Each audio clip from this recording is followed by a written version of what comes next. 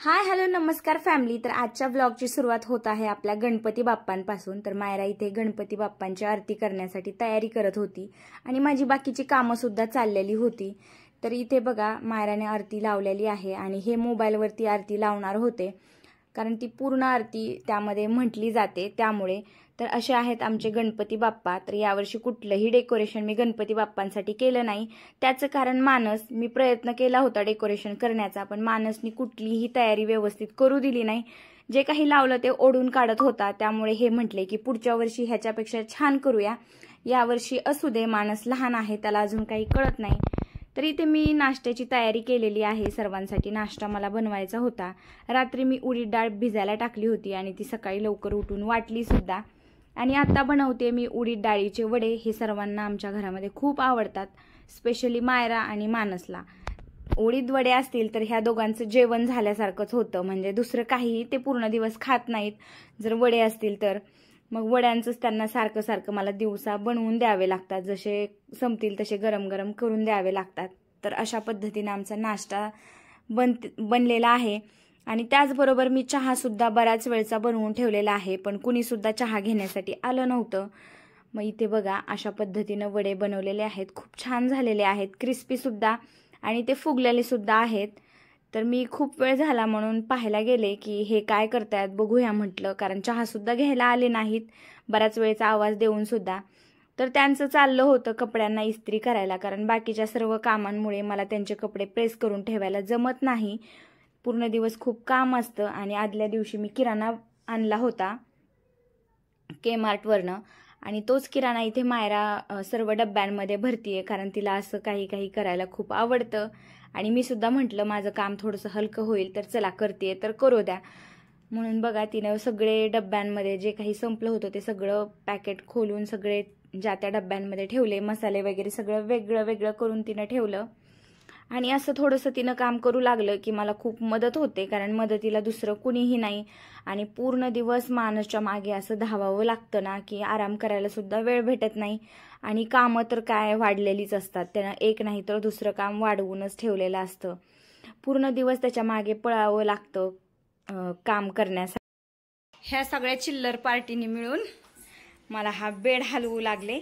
हा बेड इकडच्या कोपऱ्यात होता आणि हे कपाट इकडच्या कोपऱ्यात होतं, तर हे आम्ही सगळ्यांनी मिळून हे सगळं, नाही त्या दोघींनी पण केलं बाळा, असं नाही म्हणायचं, हां त्यांच्या वयानुसार केलं त्यांनी। गौरहरी आणि मायरा या दोघांचा जास्त वाटा आहे ह्या सगळ्या ह्याच्यामध्ये। तर बघा हे एवढं मोठं कपाट, हो, आणि हे बेड आम्ही हे सगळं आज वेगळं म्हणजे ठेवलंय। असं वेगवेगळे चेंजेस करायला पाहिजे घरामध्ये, कारण खालची अशी स्वच्छता पण होते सगळी असं चेंज केल्यानंतर, कारण वर्षानुवर्ष जर तसंच ठेवलं तर खाली सगळी घाण जमते, हां खराब होतं सगळं ते। त्यामुळे हा मानस काय नाही, हा मानसने खूप त्रास दिला आज, खूप त्रास। बेडच्या मागे जाऊन कोपऱ्यात बसायचा, कपाटाच्या कोपऱ्यात जाऊन बसायचा आणि आता काय तर मोबाईल पाहिजे त्याला। तर असं झालं सगळं आजचं आमचं रुटीन। कमेंट करून सांगा। Gaurhari okay bye. तर आता तुम्हाला व्हिडिओमध्ये काही काही दिसत असेल की बेड असा ह्या साईडने होता, म्हणजे तिकडे असं जागा राहत होती, पण आता तिकडे पूर्ण गच्च झालंय, खिडकीच्या साईडला जागा राहिलेली आहे आणि आता दोन्ही खिडक्या आम्हाला उघडता येत आहेत। हे विशेष झालं ह्याच्यामध्ये। पहिल्यांदा काय व्हायचं, कपाट होतं त्यामुळे एकच साईडची खिडकी उघडायला यायची, त्यामुळे आता दोन्ही साईडच्या खिडक्या आम्हाला उघडता येत आहेत। चला पाहिलं ना, मुलांना घेऊन मी किती मोठी कामं आज केलेली आहेत। मला आज खूप विशेष वाटलं आणि यावरनं एक गोष्ट सुद्धा कळाली, मुलांना व्यवस्थित ट्रॅक मिळाला किंवा एखादी गोष्ट व्यवस्थित आपण समजावून सांगितली तर ते मुलं, म्हणजे एवढे छोटे मुलं काहीही करू शकतात, याचं चांगलं जिवंत उदाहरण मला आज पाहायला मिळालेलं आहे। तर सर्व काम होता म्हणजे घरातलं सर्व आवरता खूप उशीर झाला होता आणि सकाळची भाजीपाला आणून ठेवलेला तो सुद्धा निवडायचा राहिला होता. त्यामुळे सर्व काम झाल्यानंतर मी भाजीपाला निवडायला घेतला होता. खूप दमले होते आज, खूप जास्त एक्स्ट्राचं काम झालेलं आहे. पण तरीसुद्धा अजून रात्रीचा स्वयंपाक बाकी होता, त्यामुळे मी पटपट भाजीपाला निवडायला घेतला. मानस आणि मायरासोबत गप्पा मारत भाजीपाल्याचं सुद्धा काम मी आवरत होते.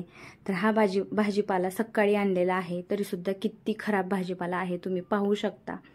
आणि असं असून सुद्धा खूप महाग भाजीपाला भेटायला लागलाय. असं वाटलं होतं की श्रावण संपल्यानंतर तरी थोडंसं स्वस्त होईल किंवा थोडंसं रेट कमी होतील, पण असं काही सुद्धा झालं नाही.